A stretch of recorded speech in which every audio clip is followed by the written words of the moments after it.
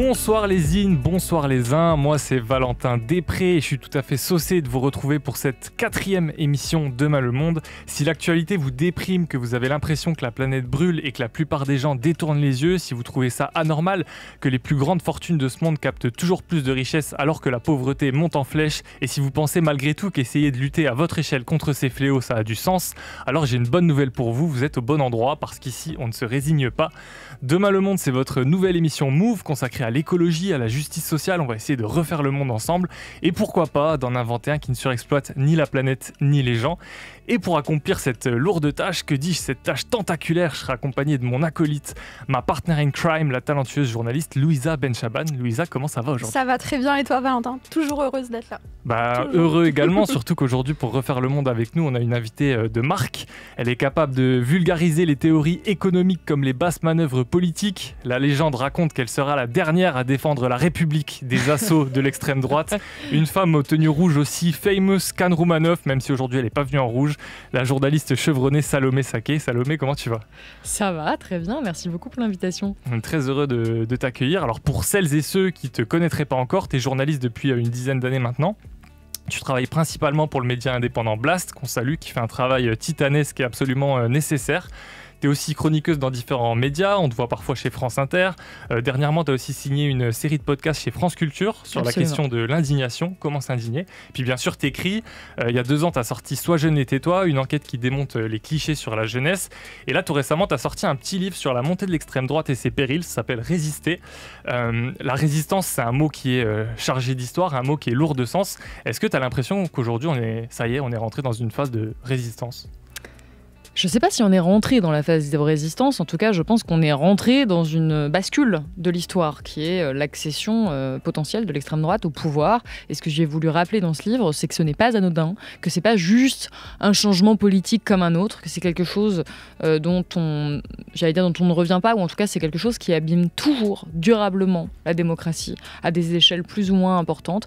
Et dans ce livre, j'ai juste voulu rappeler ce vers quoi on se dirigeait en fait. Et je crois que la plupart des gens sont quand même encore aujourd'hui attachés à la démocratie, aux droits humains, qu'ils n'ont pas envie de voir des discriminations s'institutionnaliser et qu'il est urgent de résister contre ça. Évidemment, dans le livre, je ne parle pas de la résistance dans le maquis. Oui, c'est évidemment pas cette résistance-là que je fais référence, mais à une résistance informationnelle, une résistance intellectuelle, parce qu'en fait, c'est un mouvement qui vraiment s'empare de la société, c'est un vocabulaire, c'est des thématiques, peut-être qu'on y reviendra. Et face à ça, je crois qu'on peut résister.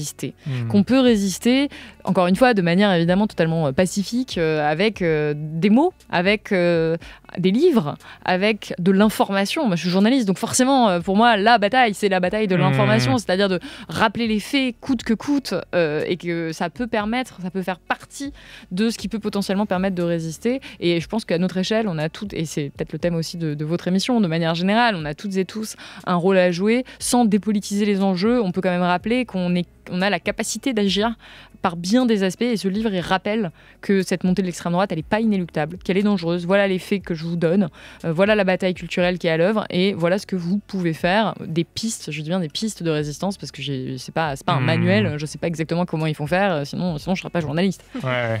Bah écoute, c'est tout le projet de cette émission, de résister, de ne pas se résigner, résister à l'oppression, à la surexploitation des gens comme de la planète. Nous d'ailleurs ici on a une tradition, avant de commencer l'émission, avant d'entrer vraiment dans le vif du sujet, on évacue nos émotions contraires du moment, les hypes, les seums, et on va commencer tout de suite avec toi Louisa.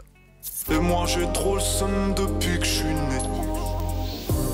Et Louisa, dernièrement, je crois que tu as pris le seum en traînant sur les réseaux parce que tu es tombée sur les nouveaux pièges de Shein. Ouais, c'est ça, ce qui m'a foutu le seum, c'est que Shein a envahi, mais pour toi, sur TikTok ces derniers mois. Déjà, est-ce que vous connaissez un petit peu la marque ? Tout à fait. Bien sûr, les démons de la fast fashion, comme on les appelle. C'est quoi la nouvelle sauce autour de Shein ? Alors en gros, je vais vous expliquer. Donc cette année, j'ai vu que Shein a mis en place sur son site internet des programmes pour attirer du monde via TikTok, notamment le réseau social préféré des jeunes. D'abord, il y a eu une offre où le site offrait justement 300 € de vêtements gratuits pour les personnes qui réussissaient à faire télécharger l'application à des nouveaux clients. Donc en fait, ça, c'est via un lien de parrainage, enfin un code promo de parrainage que tu transmets. Et évidemment, plus il est partagé, plus toi, tu as de chances de gagner ces 300 €. Et récemment, il y a encore eu une nouvelle offre un peu folle où si tu achètes un vêtement, tu en as 4 gratuits derrière.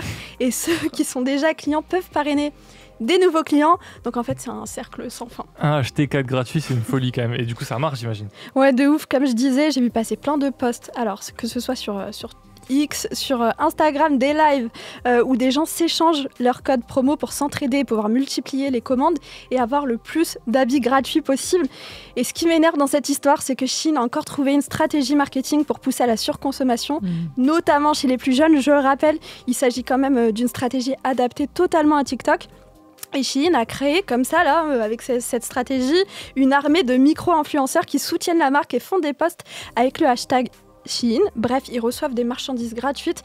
Encore une fois, c'est un cercle sans fin et c'est hyper dur d'arrêter ça. Et on sait très bien que Shein, c'est un site catastrophique sur le plan environnemental. Tu as quand même 6000 modèles qui sont mis en ligne en moyenne tous les jours sur leur site. Et il reste à peu près 10 jours. Pas plus, c'est vraiment 10 jours, c'est un des grands max. Et le problème avec ces marques, c'est la durée de vie de ces vêtements qui est très limitée. On les achète, on va les porter quelques fois, ils vont plus être tendance ou alors ils vont s'abîmer très vite. Du coup, on va les laisser au fond de son placard et on va en racheter. Et forcément, si c'est gratuit, pourquoi se priver ? Donc, autre gros problème avec Shein, c'est les droits humains, parce que je rappelle que la marque a été accusée de travail forcé sur les Ouïghours. C'est une minorité musulmane en Chine. Toi, Salomé, t'as des pubs Shein dans tes pour toi ou... Alors non, j'ai pas les pubs Shein, mais effectivement, c'est assez alarmant de voir que, en fait, on n'arrive pas aussi à lutter contre ça en France, parce que c'est quand même une marque chinoise. On est quand même très démunis face à une application chinoise et une marque chinoise qui viennent imposer leur vision du monde qui est dangereuse pour littéralement la planète, c'est quand même et les droits humains, tu l'as très bien rappelé. Et moi, je me demande ce que pourraient faire en fait les gouvernements, l'Union européenne, pour tout simplement limiter ça. Et ça repose la question de la souveraineté numérique. On les invite à se pencher sur ces sujets si jamais ils nous écoutent. C'est urgent. Moi, de mon côté, j'avais envie de vous parler d'une vidéo YouTube qui m'a bien hypé ces derniers temps. Alors Val, toi tu voulais revenir sur la vidéo de McFly et Carlito sur leur bilan carbone. Ouais, ça fait quelques semaines qu'elle est sortie déjà, mais je voulais revenir un peu sur ce featuring entre deux mastodontes du YouTube Game et Jean-Marc Jancovici, donc le créateur du bilan carbone, parce que c'est une initiative qui m'a bien hypé. Déjà, on parle pas de n'importe quel YouTuber, il faut dire que les mecs sont archi suivis. McFly et Carlito, c'est plus de 7 millions d'abonnés sur YouTube, 7 millions sur Insta, 1 million sur TikTok. Des millions partout. Et avant, l'essentiel de leur contenu, c'était vraiment du divertissement pur et dur. Ça l'est toujours, mais je trouve que c'est de plus en plus quali et surtout, ils prennent un peu plus en compte le défi climatique, quoi. En plus, c'est pas la première fois qu'ils parlent du réchauffement climatique. Ouais, il y a quelques mois, ils avaient déjà fait une table ronde, toujours avec Jean-Marc Jancovici et aussi Sophie Tsopa, donc une rédactrice du GIEC, sur les réponses concrètes à apporter au défi du réchauffement climatique. Ils avaient aussi fait une vidéo un peu ludique où ils testaient des alternatives aux protéines animales. Ils dégustaient ça en direct. Et là, ils ont remis le couvert donc avec Jancovici avec une vidéo sur leur propre empreinte carbone. Alors évidemment, je vois déjà des gens qui pourraient dire bon, c'est pas des youtubeurs qui vont nous faire la leçon, et ils ont un peu raison. Mais justement, je trouve qu'il n'y a pas trop ce côté leçon. Ils ont été assez transparents sur le fait qu'ils n'étaient pas parfaits, de loin pas. McFly, il admet qu'il a une résidence secondaire, donc pas ouf. Carlito, lui, c'est l'avion qu'il a un peu trop pris récemment. Mais en même temps, ces imperfections écologiques, elles peuvent concerner beaucoup de gens, évidemment à des degrés différents, parce que McFly et Carlito, ils sont bien conscients qui sont privilégiés. Mais voilà, je trouve que c'est cool d'avoir des créateurs de contenu qui sont transparents là-dessus et qui réfléchissent à changer. Manifestement, ça a l'air d'une démarche assez sincère. Oui, et en plus, il y a le calcul de l'empreinte carbone qui est un bon moyen de commencer à s'intéresser au sujet. Bah ouais, parce qu'une fois que tu l'as faite, c'est tout bête, tu as un graphique et tu vois clairement là où tu pollues le plus, là où tu peux t'améliorer. Et d'ailleurs, après la sortie de la vidéo, il y a quand même 100 000 personnes qui ont calculé leur empreinte carbone. Donc voilà, c'est toujours des graines que McFly et Carlito ont peut-être plantées. Peut-être qu'elles germeront, on l'espère. Donc perso, c'est une vraie hype. D'ailleurs, s'ils veulent venir parler de tout ça dans Demain le Monde, ils seront bien sûr les bienvenus. Toi, Salomé, tu trouves ça cool ce genre d'initiative? Est-ce que c'est aussi un peu le rôle des youtubeurs qui font notamment du divertissement de se pencher sur ces questions-là? Ah oui, clairement. Et je pense que c'est une très bonne chose qu'ils aient fait ça. Quand on voit le degré d'influence qu'ils ont, bien sûr qu'ils ont des contradictions, bien sûr que ce sont des personnes très privilégiées, mais en fait, tu l'as dit, 100 000 personnes sont allées faire leur empreinte carbone, leur bilan carbone. Donc c'est extrêmement important que les influenceurs commencent à s'impliquer là-dedans. Et je comprends aussi, parce que souvent on souligne leurs contradictions en disant justement ils viennent nous faire la leçon ou ils viennent nous parler d'écologie alors qu'eux ils ont une empreinte carbone qui est terrible. Et je pense que ce raisonnement, il a ses limites parce que en fait, ça dissuade aussi beaucoup d'influenceurs de parler de ces questions-là alors qu'ils ont plus d'impact que que tous les hommes politiques, qu'ils ont plus d'impact que énormément de journalistes en fait, même que la plupart des journalistes. Et donc c'est très important. Et eux, c'est aussi des youtubeurs qui avaient fait par exemple une vidéo de divertissement avec Macron, qui pour le coup avait participé à banaliser une figure politique qui nous a mené là où on en est. Et je pense que c'est quand même un très beau retournement que de dire c'est quand même une meilleure chose à mes yeux de pas participer à une communication politique délétère et au contraire de se dire on essaie de sensibiliser les gens à ces questions-là. Et moi j'invite vraiment les autres influenceurs sans tomber dans, sans changer la nature de leur contenu. Moi, je comprends le fait que c'est des influenceurs qui font du divertissement ou du lifestyle, ou ça dépend vraiment des influenceurs, et que c'est pas leur rôle de parler politique, écologie toute la journée. Par contre, à des moments, de rappeler que c'est fondamental, de donner des clés d'explication comme ils l'ont fait, je pense que c'est vraiment un très très bon mouvement. J'espère que les autres suivront ça. Et on l'a vu, pour revenir sur l'extrême droite, ça a eu, je pense, un rôle, le fait que Squeezie prennent la parole et ne fassent pas que de dire on va pas voter pour l'extrême droite, c'est qu'ils donnent des informations. Pourquoi, Non, mais ils donnent des informations, des explications, un décryptage. Il y en a d'autres qui ont suivi ce mouvement. Et en fait, ils peuvent vraiment permettre d'améliorer la société. Ce serait vraiment dommage d'avoir une telle audience et de pas l'utiliser pour essayer tout simplement d'améliorer les conditions de vie de cette société et de la planète de manière générale aujourd'hui. Et il n'y a pas besoin d'être parfait pour commencer à s'y mettre. Les amis, je suis toujours avec Mago sur Louisa Benchaban et aujourd'hui on refait le monde avec Salomé Saké. On refait le monde parce qu'il y a des choses qui nous indignent et justement dans ton livre Salomé tu parles de l'indignation qu'on doit avoir pour ne pas laisser l'indifférence nous gagner. Est-ce que tu te rappelles d'une des toutes premières fois où tu t'es justement indigné? Bonne question.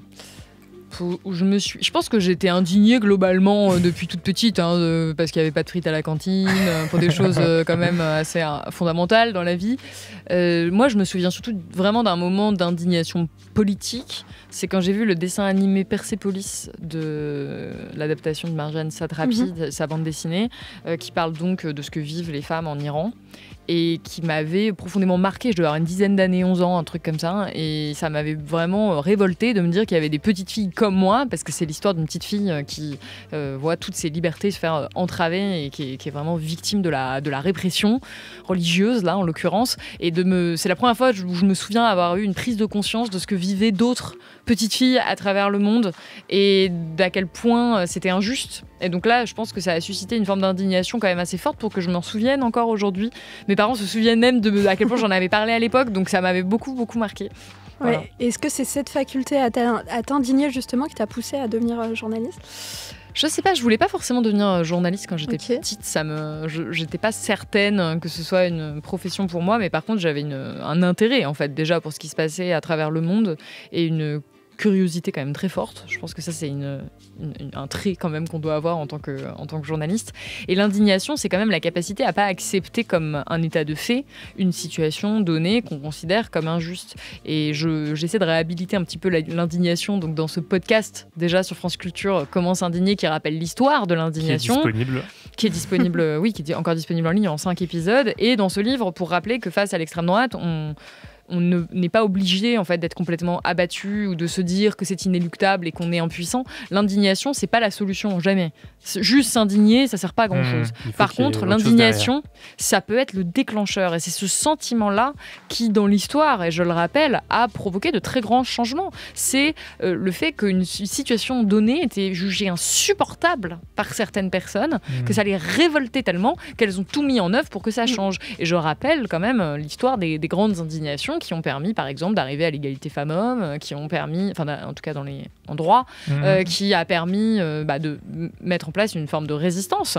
Et là, je fais référence à l'essai de Stéphane Hessel, qui était un résistant et qui rappelle les vertus de l'indignation face à une situation qui est injuste et qui est insupportable. Et donc, à une époque où on n'arrête pas de nous dire que les réseaux sociaux, tout le monde s'indigne pour un oui, pour un non, on a l'impression que s'indigner, c'est un peu une facilité de l'esprit aujourd'hui et c'est quand même très décrédibilisé. J'avais envie de rappeler ce sentiment en le remettant bien en contexte, c'est très important, en rappelant qu'avant de s'indigner, c'est quand même fondamental de vérifier ses sources.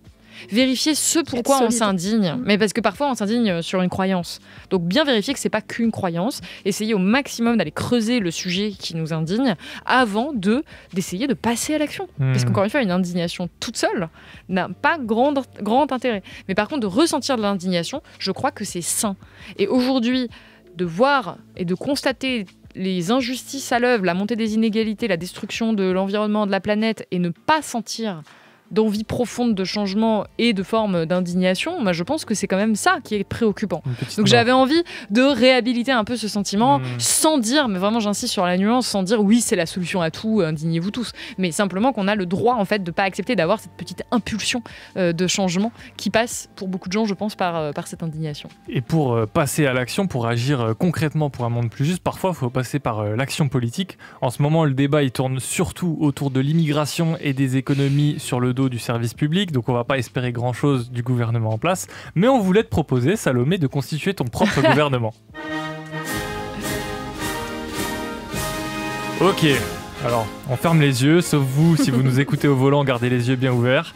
On imagine, demain, ça devait finir par arriver, Michel Barnier fait une nouvelle courbette à l'extrême droite, l'ensemble des députés se ressaisit et le censure immédiatement, et là, bim, à la surprise générale, c'est toi, Salomé Saké, qui est nommée première ministre. Allez, sur un malentendu. C'est parti. On veut savoir qui tu mets dans ton gouvernement, sauf qu'on te rajoute une petite difficulté, t'as pas le droit de citer de personnalité politique. Alors pour commencer, qui tu mets au ministère de la Transition écologique ? C'est dur, hein. Non, la transition écologique, c'est pas dur. Évidemment, je mets mon ami Paloma. On est dans le clientélisme, enfin, je veux dire, on est dans la corruption la plus totale. T'as tous les droits, là, vas-y. Je mets mes amis. Moi, je mets mes amis à des postes clés, donc pas de souci. Non, bien sûr, mon ami Paloma Moritz, journaliste pour Blast, qui est pour moi la personne la plus référente que je connaisse, en fait, sur les questions écologiques et qui est extraordinairement compétente sur le sujet. Donc, je suis sûre qu'elle ferait une ministre merveilleuse de la transition écologique. Et maintenant, ton ou ta ministre de l'économie ? Et l'économie, alors c'est plus dur, c'est pas un ami pour le coup, mais c'est quelqu'un que j'ai interviewé sur Blast, qui est un économiste qui m'avait marqué quand même par sa clairvoyance et surtout son travail d'une très grande rigueur, qui est Gabriel Zucman, économiste spécialiste de la fiscalité, et qui lui a théorisé de nouveaux modèles pour réussir à répartir mieux les richesses et qui répond très très bien. Je vous invite à regarder tous ces travaux. Tu peux nous donner le titre de la vidéo peut-être Je ne me rappelle plus du titre de la vidéo, mais si vous mettez Gabriel Zucman Blast, c'est sûr que vous allez tomber dessus, où lui il rappelle vraiment cette possibilité en fait de répartir mieux les richesses, de taxer les plus riches, y compris dans une économie mondialisée, et que non, les plus riches ne vont pas partir. Il a vraiment plein de réponses sur toutes ces idées reçues qu'on pourrait avoir, et il montre vraiment que c'est extrêmement possible, et c'est quelqu'un qui agit aussi beaucoup à l'international pour essayer de faire en sorte qu'il y ait des accords sur ces sujets-là. Donc c'est quelqu'un dont le travail m'inspire beaucoup, et je pense que ça fera un bon ministre de l'économie. Et si tu devais commencer par 3 chantiers prioritaires, ce serait quoi ? Alors ça c'est dur aussi. 3 chantiers prioritaires, clairement. Un des chantiers, ce serait la santé mentale des plus jeunes, parce que c'est une thématique sur laquelle j'ai travaillé et qui me préoccupe vraiment énormément. Je ne comprends pas pourquoi ça n'a pas plus d'attention politique. Il y a un jeune sur 5 en France, selon les chiffres de Santé publique France, qui souffre de troubles dépressifs. Il y a une augmentation sans précédent des pensées suicidaires chez les jeunes, des tentatives de suicide chez les jeunes. C'est des sujets pas très gais, mais c'est vraiment important d'en parler, parce que peut-être qu'il y a des personnes qui nous écoutent aussi, qui vont pas très bien. Elles sont pas seules. Vraiment, il y a un vrai gros sujet de la santé mentale des plus jeunes qui s'effondre année après année. C'est de pire en pire. C'est pas juste le Covid qui est venu apporter ça. C'est vraiment c'est vraiment un phénomène, et je pense que votre émission, elle s'appelle Demain le Monde. Je pense que les jeunes, pour beaucoup, ont du mal à imaginer demain le monde, en fait, dans les conditions actuelles de géopolitique, d'économie, d'écologie. C'est terrifiant pour beaucoup d'entre eux. Ils sont vraiment maltraités par le système économique et politique, pour une bonne partie d'entre eux, notamment évidemment les plus précaires. Et donc, cette question de la santé mentale, moi, j'en ferai clairement une priorité. Après, le reste, je pense que ce serait... Après, c'est mes sensibilités personnelles, mais je pense que ce serait vraiment la lutte contre les violences faites aux femmes, qui aujourd'hui, malheureusement, ne prend pas assez de place. Aussi, ouais. Je pense qu'il y a un vrai chantier du côté de la police-justice, notamment pour les plaintes, que ce soit pour des violences sexuelles ou des violences sexistes, en fait, de manière générale, où on sait que le parcours de la plainte, c'est vraiment l'enfer absolu. Et là, on l'a vu avec le procès de Pellico, enfin, le procès Pellico, où vraiment... On a vu la manière dont même une femme qui littéralement a toutes les preuves possibles et imaginables, qui est dans un cas des plus glauques, des plus scandaleux, je veux dire unanimement scandaleux pour tout le monde, il n'y a même pas de discussion là-dessus. Alors, même elle fait face à une espèce de présomption de culpabilité, en fait, une présomption de mensonge, comme si on était forcément un peu menteuse quand on venait porter plainte, notamment pour violences sexuelles. Donc je pense qu'il y a vraiment des très grosses transformations à opérer du côté de la police et de la justice. Donc voilà, ça ce serait mon deuxième chantier Et le troisième, désolé, là, déjà des gros chantiers. chantiers. Là, c'est déjà des gros chantiers. Ouais. Non, le troisième, si, ce serait le journalisme. Okay. Oui, je suis très sur mes centres d'intérêt, aucun problème. C'est ce qui me vient comme ça. Non, le journalisme. Après, j'aurais envie de vous dire, oui, l'écologie, le racisme, enfin, il y a plein d'autres thématiques. Évidemment. Mais le journalisme, là, il y a quand même quelque chose à faire, je pense, du côté du service public, en fait. C'est très inquiétant ce qui est en train de se passer. On est en train d'aller quand même doucement vers une privatisation du service public, ce qui contrevient à cette idée majeure qui est que l'information est un bien commun. L'information, ça se finance au même titre que les autres services publics. Et je vois pas pourquoi les seules personnes qui pourraient accéder à l'information, ce seraient celles qui peuvent payer des abonnements ou qui doivent se taper une tonne de pubs. Ou en fait, vous connaissez... quand on vous donne une information complètement gratuite, la plupart du temps, c'est que c'est vous le produit, en fait, à part... sur Blast, bien sûr, où là, on compte vraiment sur la philanthropie des gens, puisque c'est financé par ses abonnés, mais il y a quand même quelque chose... C'est vraiment un pilier de la démocratie, l'information. Et avoir une information libre, indépendante, de qualité, qui peut permettre de vraiment d'informer les citoyens correctement, c'est ça qui permet de faire société. Donc je dirais que ce serait mes 3 chantiers parce que c'est ceux que je connais le mieux, tout simplement. Je dis pas que c'est la priorité aujourd'hui, c'est plus que c'est ceux qui me parlent le plus et sur lesquels je serais la plus compétente en tant que première ministre nommée comme ça. On est convaincus, c'est des bons chantiers d'une première ministrable. C'est vraiment une chanson qui a une signification particulière pour moi, puisque c'est Jean Ferrat qui l'a écrite et qui l'interprète, et qui parle de la montagne d'Ardèche, en réalité, qui est mon département d'origine, et je perds jamais une occasion à la radio d'en faire la promotion. Mais non, mais parce que en plus ça va, plus j'y retourne, et plus je me sens proche de ces racines-là, puisque j'ai grandi dans ce département qui est le seul département de France sans gare ni autoroute, qui a des paysages absolument sublimes, et qui est un lieu de ressources, en fait, très très important pour moi, et qui est aussi un département qui est particulièrement exposé aux conséquences du réchauffement climatique. Donc ça revient un peu au thème quand même de cette émission, Demain le monde. Il y a quelques temps, il y a eu des inondations quand même très très importantes à Annonay, dans le nord de l'Ardèche. Il y a 2 ans, il y avait eu des incendies qui avaient ravagé le sud de l'Ardèche, et moi ça me déchire le cœur vraiment de voir mon département et le territoire sur lequel j'ai grandi et auquel je suis si attachée se faire détruire par les conséquences de notre action. Et ça me motive d'autant plus à agir parce que la montagne est belle, donc il faut la protéger. Ouais. Et tu vas beaucoup randonner d'ailleurs. On voit des fois sur Instagram quand tu sors de ta posture journalistique, tu es randonnée souvent. Et tout à fait. Alors, je suis pas une grande randonneuse. Je pense que les gens qui font vraiment de la randonnée se moqueront de moi, mais en tout cas c'est un endroit où oui, j'arrive à me... Ah si, quand même, tu fais des petits j'arrive parcours, à me... je fais des petits treks. Quelques dizaines de kilomètres. Oui, mais bon, tu sais, sur le chemin, on croise toujours des gens, surtout dans les Alpes, qui sont des espèces de trailers. Alors là, vraiment, ces gens-là, je ne sais pas qui vous êtes, quelles sont vos motivations, vos réseaux, mais pourquoi s'infliger tant de mal? Tu vois vraiment des gens qui sont suréquipés, qui sont très très forts, et moi, j'ai l'impression toujours d'être à la traîne. Mais oui, je fais quand même régulièrement des randonnées, surtout que c'est ce que je fais depuis que je suis petite. Et en Ardèche, il y a des chemins mais magnifiques, et c'est un endroit où on peut ne plus penser à rien. Il n'y a rien d'autre à faire en fait que de marcher dans une randonnée. Donc pour quelqu'un comme moi qui pense toujours à 12 000 à l'heure et qui est toujours très connecté... c'est ce que j'allais dire. Est-ce que ces moments-là de bulle un peu, ça te permet de déconnecter et de mieux vivre aussi ton activité qui est quand même hyper stressante au quotidien, quoi. Tout à fait. C'est indispensable. Je m'oblige chaque année à au moins aller faire une grosse randonnée d'une semaine pour pouvoir déconnecter, et aussi parce qu'il y a des endroits où il n'y a pas de réseau, en fait, tout simplement. Mais j'ai beaucoup de mal. C'est un des grands défis personnel auquel je fais face, c'est que je dis à tout le monde, vous savez, il faut déconnecter, c'est très important de prendre du temps pour soi, la santé mentale, tout ça, et moi j'ai beaucoup de mal à le faire pour moi-même.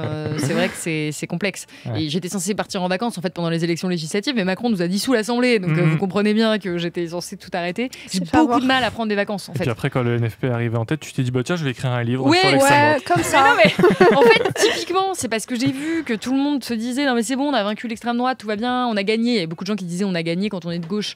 Non, vraiment, on n'a pas du tout gagné. C'était évident pour tous les observateurs politiques au jour le jour. Et j'avais envie de faire ce livre parce que j'arrivais plus à faire autre chose. Et même à randonner, j'avais du mal parce que j'étais trop inquiète de ce qui était en train de se passer sous nos yeux dans une forme d'indifférence générale. Et j'avais envie de l'écrire aussi suite à une randonnée. justement. Ok. Parce que j'ai rencontré des personnes dans des refuges, dans des endroits où on ne parle pas normalement de politique. Évidemment, ces personnes-là n'ont pas échappé à une discussion politique Quand même. que je leur ai imposée. Non, on a eu ces discussions-là et souvent, à la fin de ces discussions, quand j'expose calmement les raisons qui me poussent à être inquiète, je vois vraiment des changements d'attitude chez des gens qui ne sont pas forcément politisés, qui disent « Ah oui, quand même, je ne me rendais pas compte, mais effectivement, c'est chaud, effectivement, j'ai envie d'agir. » Et je me disais « Mais si tu le fais à très grande échelle, peut-être qu'il y aura beaucoup plus de gens qui auront envie d'agir. » Donc effectivement, ça m'a Parlez-en à donné... vos proches. C'est C'est ça, et important. justement, dans le livre, tu écris « Défendre des valeurs humanistes ne devrait pas être une extravagance ou l'apanage d'une poignée de militants criminalisés ». Et c'est vrai qu'aujourd'hui, on a l'impression que c'est normal de parler d'immigration dans tous les JT et que c'est normal que l'écologie disparaisse du paysage médiatique. Est-ce que tu as l'impression qu'on assiste à une forme de renversement de nos valeurs ? En tout cas, on assiste à une forme d'extrême droitisation du débat. Et je ne suis pas la seule à le dire. Ça a été fortement quand même documenté ces dernières années. Et le problème, c'est pas qu'on parle d'immigration. Le problème, c'est l'angle avec lequel on en parle, La en fréquence faisant aussi. croire que Totalement. c'est neutre. C'est-à-dire que moi, si je m'attaque vraiment à ce mythe de la neutralité journalistique, je pense qu'il fait beaucoup, beaucoup, beaucoup de mal. Parce qu'on nous dit, et c'est ça aujourd'hui l'attaque principale qui est réservée aux personnes qui défendent les droits humains, y compris les journalistes, c'est de dire vous n'êtes pas neutre. Vous êtes des militants, et effectivement des militants qui sont souvent criminalisés en fait, dans le débat public, comme si on était beaucoup moins... notre parole valait moins que celle des autres. Alors qu'on n'est pas plus militant que quelqu'un qui dit que l'immigration pose un problème. Et je donne un exemple dans le livre de 2 débats qui sont organisés à vraiment très peu de temps d'intervalle. L'un sur le service public, le deuxième dans un média de gauche, l'Humanité. Et le premier débat s'intitule « Comment contrôler l'immigration ?» Et le deuxième débat s'intitule « Quel droit pour les réfugiés ?» Et en fait, les deux parlent d'immigration. Les deux parlent de déplacement, de population. C'est le même thème, mais ce n'est pas le même postulat de départ. Le premier postulat de départ, c'est qu'il y a trop d'immigrés et qu'il faut les combattre. Enfin, c'est un peu ça, comment contrôler. C'est qu'il faut c'est ça le postulat du débat. Le deuxième postulat du débat, c'est comment on peut préserver les droits des personnes qui arrivent sur notre territoire et faire en sorte que les droits humains soient respectés. Les deux parlent de la même chose, mais pas du tout de la même manière. Et je ne sais pas qui est le plus neutre en fait entre les deux. Mais souvent, ce qu'on va avoir tendance à dire, c'est quand même que ce premier débat serait entre guillemets plus neutre parce qu'il rentre plus dans la manière générale là, qu'on a dans les médias de traiter les choses que le deuxième. On va dire c'est militant de dire qu'il faut des droits pour les réfugiés. Je ne vois pas en quoi c'est plus militant qu'un autre en fait. Et aujourd'hui, le grand problème, c'est qu'en tant que journaliste, dès qu'on parle de sujets qui ne vont pas avec un angle qui n'est pas celui qui est dominant, on est taxé de militantisme, voire d'islamo-gauchisme, de wokisme. Et c'est une arme de décrédibilisation massive qui a été utilisée avant tout par l'extrême droite, qui est en train d'être reprise par d'autres médias, qui vise à discréditer notre parole, sachant qu'il y a quelques années, encore il y a pas si longtemps, bien sûr qu'en France, il y a toujours eu du racisme, du sexisme, des problèmes, des inégalités. Enfin, je ne suis pas du tout en train de dire que c'était tout beau, tout rose. Mais par contre, la devise, c'est quand même liberté, égalité, fraternité.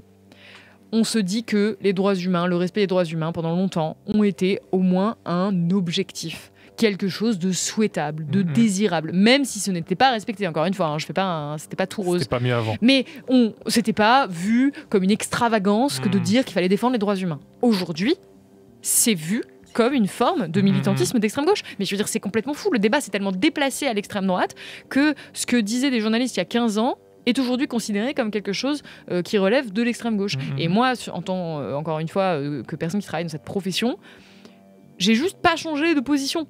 Et pourtant, j'ai eu une courte carrière, ça fait même pas 10 ans que je suis dans les médias. Et quand je suis arrivée et que je disais, bah voilà, les droits humains, c'est quand même souhaitable de les respecter, personne me disait, t'es une grande militante. Et aujourd'hui, si. Et c'est là où il y a eu une extrême droitisation. Et c'est là où j'appelle notamment les journalistes à résister à ça. Parce que les offensives de l'extrême droite sur les réseaux sociaux sont extrêmement puissantes. Vraiment, on ne s'en rend pas compte. Ils arrivent à détruire des réputations, en fait. En notamment faisant plier le service public. En disant, vous êtes d'extrême gauche, vous êtes islamo-gauchiste. Et c'est tellement dit, tellement répété sur tellement de médias d'extrême droite. Il y a tellement de gens qui le disent, qui finissent par infléchir leur ligne et à se dire on va peut-être plus reprendre ces thématiques de l'extrême droite. Et moi, j'essaie d'alerter sur cette dynamique parce qu'en fait, jusqu'où on va comme ça. À la fin, c'est quoi la suite ? C'est qu'on va se retrouver vraiment à laisser la fenêtre d'Overton s'ouvrir à un point, jusqu'à un point qui est très, très préoccupant. Donc, effectivement, moi, dans le livre, je dis on a tous des valeurs qu'on véhicule, y compris dans cette émission. Vous véhiculez des valeurs. Toutes les émissions, tous les journalistes, on défend d'une manière ou d'une autre, de manière plus ou moins assumée, des valeurs. Moi, mes valeurs, c'est les droits humains et la démocratie, ce qui, jusqu'à il n'y a pas très longtemps, n'était quand même pas une extravagance. Et on est de retour dans Demain le Monde. Toute la semaine, on essaye de refaire le monde et d'en inventer un qui ne surexploite ni les gens ni la planète. Et on vous a concocté un casting de luxe. Lundi, on était avec MC Danse pour le climat. Mardi, avec Sumboy. Mercredi, avec Ferris Barkat. Je rappelle que vous pouvez bien entendu retrouver toutes les émissions en replay sur l'application Radio France, sur toutes les plateformes de streaming ou sur la deuxième chaîne YouTube de Move pour la vidéo. Bref, aujourd'hui, c'est Salomé Saké qui est avec nous. On va reprendre la discussion dans un instant. Mais on voulait aussi donner la parole à d'autres personnalités, d'autres figures du combat pour l'écologie, pour préserver l'habitabilité de notre planète tout simplement. On voulait aussi tendre le micro à des gens qui sont un peu moins sous le feu des projecteurs, mais qui changent les choses à leur niveau, dans leur secteur. C'est l'heure d'écouter notre bifurqueuse du jour. Vous n'êtes pas les seuls à trouver qu'il y a quelque chose qui cloche. Nous avons décidé de chercher d'autres voies, de construire nos propres chemins. Vous pouvez bifurquer maintenant. Ne nous appelle-t-on pas les bifurqueurs? Et Louisa, tu as échangé avec une jeune étudiante qui a participé à la dernière LCOY, Local Conference of Youth, en septembre dernier. C'est ça, on va parler de Chloé qui a récemment donc participé à la LCOY qui a été organisée par différentes assos en France. Et en fait, l'événement vise à former la jeunesse aux grands enjeux climatiques. C'est comme en fait une petite COP avant la grande COP. Et comme tu l'as dit, c'était en septembre dernier. Chloé, elle a 22 ans. Elle est étudiante en agronomie en école d'ingé et engagée auprès du RESES, le réseau étudiant pour une société écologique et solidaire. D'ailleurs, elle a été sensibilisée au sujet climatique alors qu'elle faisait beaucoup de sport en extérieur et qu'elle a découvert les dégâts qu'a pu faire l'homme sur la nature. J'ai pu voir l'impact notamment humain sur la nature et sur la biodiversité qu'elle contient. Et donc ça m'a permis de me familiariser avec ça et de me poser un peu des questions sur pourquoi il y avait ça. Et donc c'est comme ça que je suis entrée dans le domaine de l'écologie d'abord et après je me suis aussi rendu compte que c'était dépendant aussi du côté social et que ça ne pouvait pas être traité séparément. La LCOY, c'est un moyen pour Chloé d'être formée par des scientifiques reconnus et de participer à des ateliers pour rédiger un plaidoyer qui sera porté par les assos organisatrices lors de la COP29 à Bakou.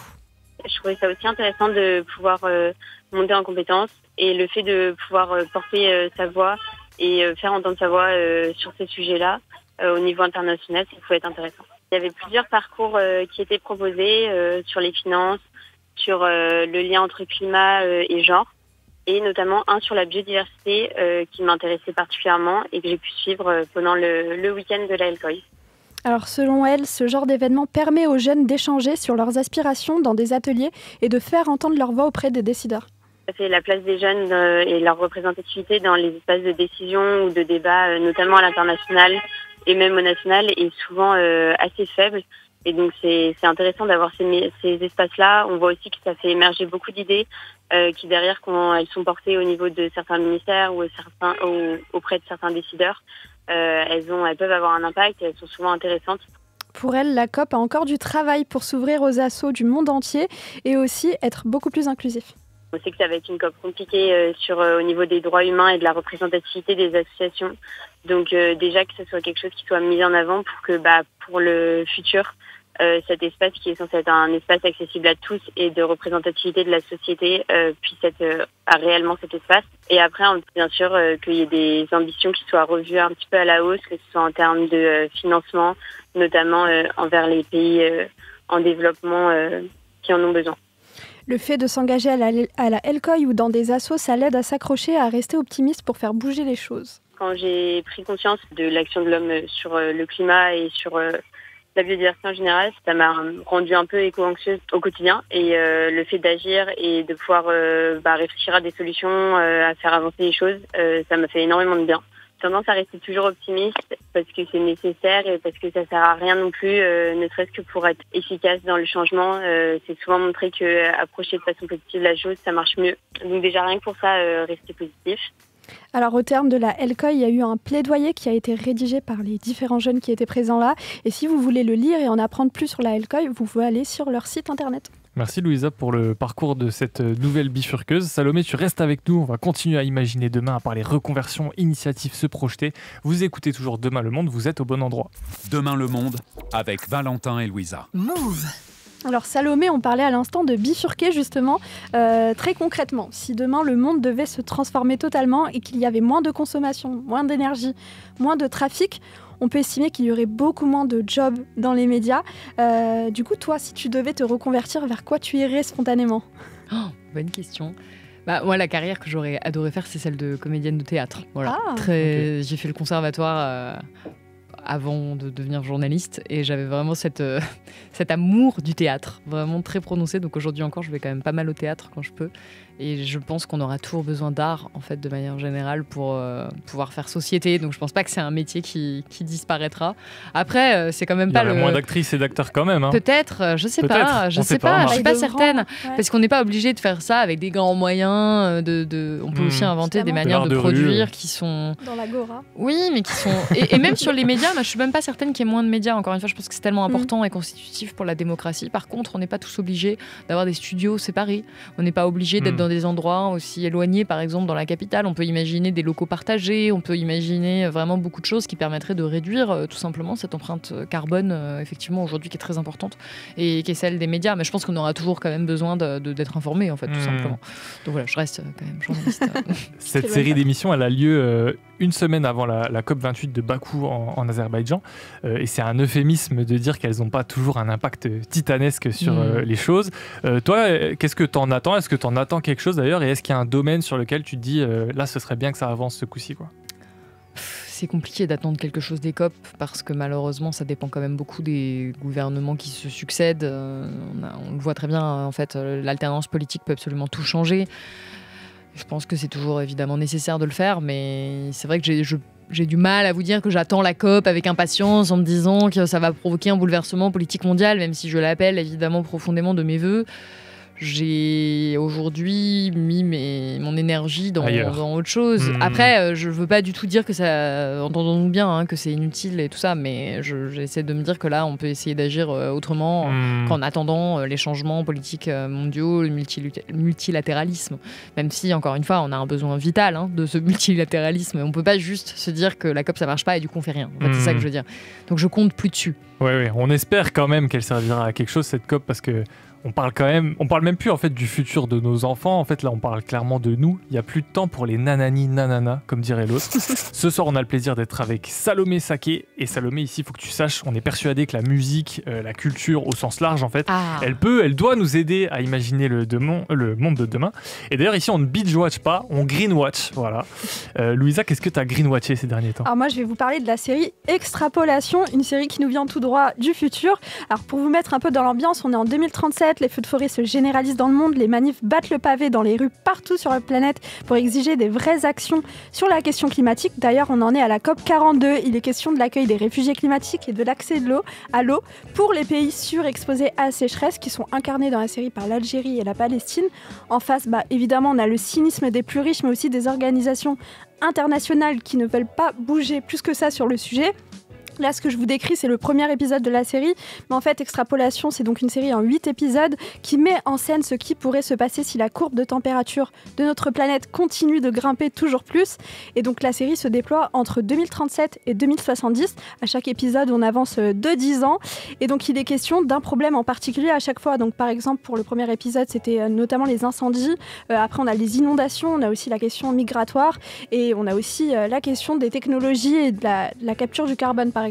Elle est hyper réaliste. En plus, il y a un casting de fou. Il y a Meryl Streep, Tahar Rahim, Tobey Maguire, enfin vraiment. Hilton et j'en passe, il y en a plein. Ouais, c'est à voir sur Apple TV. Tu l'as vu, Salomé, cette série ? Je l'ai pas vu, mais en fait, c'est vraiment le genre de truc. J'arrête de regarder ça parce que j'ai peur de ce que ça va me faire. En vrai, ça va, tu vois. Genre, moi aussi, qui avait un petit peu peur, je l'ai regardé un peu tard. Finalement, je trouve que c'est intéressant. C'est très humain. Non, mais j'ai bien envie de regarder, mais c'est juste que comme je traite déjà de ça toute la journée, évidemment. Quand je rentre le soir, j'ai plus envie de regarder un truc qui n'a vraiment rien à voir avec mon travail. D'écouter un petit album de France Gall. Notamment. Non, mais il est très cool parce qu'en fait, elle est très cool cette série parce que moi je trouve que c'est bien de la recommander à des gens qui sont pas très intéressés. C'est ça. Parce qu'en fait, du coup, ils se projettent et ils se disent ah ouais, en fait, ça va se passer comme ça parce que du coup, c'est vraiment un truc méga documenté. Enfin, ça se voit que ça s'appuie sur les derniers rapports, les scénarios. Mais donc, je pense que c'est le plus efficace en fait pour réussir à sensibiliser à cette question du réchauffement climatique. Encore une fois, moi j'estime que je suis très sensibilisée au sujet, mais par exemple, il y avait la série L'Effondrement des Parasites qui est un peu le même type de projection dystopique, malheureusement très réaliste par certains aspects, et qui avait été utilisé par plein de jeunes, notamment que j'avais pu interviewer, pour montrer à leurs parents ou leurs grands-parents ce qui nous attendait.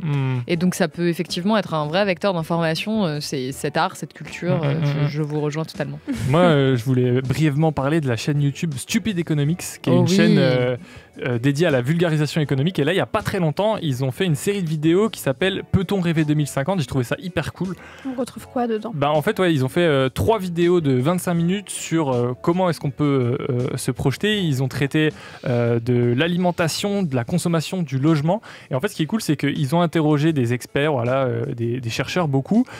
Et en fait, ils ont mis des projections 3D pour qu'on puisse un peu concrètement voir comment est-ce qu'on pourrait imaginer le monde demain. Il y en a un, par exemple, sur le logement, où on montre qu'au lieu de construire à côté, on construit au-dessus pour éviter de bétonner de nouvelles surfaces. Que, par exemple, une famille dont les enfants sont partis, au lieu de rester dans la même surface et du coup occuper de l'espace qui ne sert à rien, on peut diviser le logement en plusieurs parties. Et en fait, ils modélisent tout ça avec des animations 3D. Il y en a un aussi sur la ferme du futur. On voit qu'il y a toujours des nouvelles technologies, mais par contre, que les exploitations, elles sont plus petites, qu'il y a aussi plusieurs variétés. Il y a une boucle parce qu'en fait, il y a des animaux qui sont élevés, donc le lisier, il sert pour l'exploitation. Enfin, vraiment très cool parce que, en fait, on montre qu'il y a des solutions et on permet de se projeter via les animations 3D. Donc voilà, vraiment... Stupid Economics, Peut-on rêver 2050 et Extrapolation, c'est ce qu'on vous conseille de greenwatcher aujourd'hui. Demain le monde, avec Valentin et Louisa. Et donc voilà, si on vous parle de tout ça, c'est parce qu'ici, dans Demain le monde, on est persuadé que la culture, elle peut nous aider à bâtir ce monde plus durable, plus vivable pour tout le monde qu'on appelle de nos voeux. Dans ton livre, Salomé, il y a toute une partie sur les nouveaux récits qui peuvent justement nous aider à inventer ce monde-là. Mais c'est vrai qu'aujourd'hui, il y en a encore peu quand on regarde. Moi, j'ai pas trop d'exemples de films qui ne soient pas un film catastrophe, par exemple, et qui m'aident à me dire « Ah ouais, en fait, il faudrait aller dans ce monde-là ». Est-ce que toi, tu as des idées en tête ? C'est ça qui est compliqué, c'est qu'on se dirige vers un monde qui est catastrophique. Là, si on ne change rien, et c'est aujourd'hui ce qui est attaqué, c'est notre capacité à imaginer qu'autre chose soit possible. Et pour ça, il faut complètement changer de paradigme. Évidemment, je pense aux travaux de manière générale de Cyril Dion, l'écrivain, réalisateur qui a beaucoup travaillé sur ces questions des nouveaux récits, qui avait réalisé ce film qui avait eu beaucoup de succès et qui, je pense, avait pu aider beaucoup de gens à s'imaginer autre chose, qui était Demain, co-réalisé avec Mélanie Laurent d'ailleurs, si je ne me trompe pas, qui essayait de, justement d'imaginer ces autres futurs. Mais malheureusement, on manque un petit peu quand même de production culturelle sur le sujet, et c'est pas utopique que de faire ça, c'est pas irréaliste. Ce qui est vraiment très naïf et très irréaliste, c'est de penser qu'on va pouvoir préserver la planète telle qu'elle en continuant comme on est en train de faire. Donc effectivement, on a besoin de les créer. Et dans ce livre, justement, Résister, j'appelle à la résistance artistique aussi, en disant c'est le rôle des artistes. Moi, je suis pas artiste, même si j'aurais bien aimé. C'est le rôle des artistes, c'est le rôle de tous ces créateurs de contenu, de manière générale, de production culturelle, d'essayer de participer à donner d'autres imaginaires, que ce soit sur les questions climatiques, mais aussi sur les questions politiques, démocratiques, sur les questions d'égalité des genres, de toutes les questions LGBTQIA+, les questions de racisme, bien évidemment, toutes ces luttes contre les discriminations. On peut imaginer des mondes où elles existent plus ou moins, et de montrer comment c'est possible. Et ça passe aussi par vraiment sur la discrimination, ça passe par la représentativité. Il y a plein de choses à faire, mais pour ça, on a besoin que les artistes et un minimum d'informations en fait sur le monde actuel. Et je suis pas pour tout politiser tout le temps, et il y a des endroits où on peut pas, mais tout est quand même politique à la fin. Donc c'est de manière plus ou moins assumée, de manière plus ou moins didactique, mais je pense que c'est pas mal d'utiliser ça comme vecteur. Et d'ailleurs, s'il y a des jeunes qui bossent dans les industries culturelles et qui nous écoutent ce soir, allez-y, voilà, nous il y aura un public, en tout cas on sera là pour vous soutenir. Salomé, j'ai bien peur qu'on arrive déjà à la fin de cette émission. Demain, on accueillera non pas un, mais 2 nouveaux invités. Léo Urban et Mehdi et Debra seront avec nous. Léo Urban, voilà, grand monsieur du parcours français qui aujourd'hui grimpe dans les arbres les plus hauts que tu as jamais vus. Debra, lui, son créneau, c'est plus les aventures un peu insensées. Il a fait Paris-Alger il y a 2 ans. On va parler de tout ça et d'aventures autrement avec eux.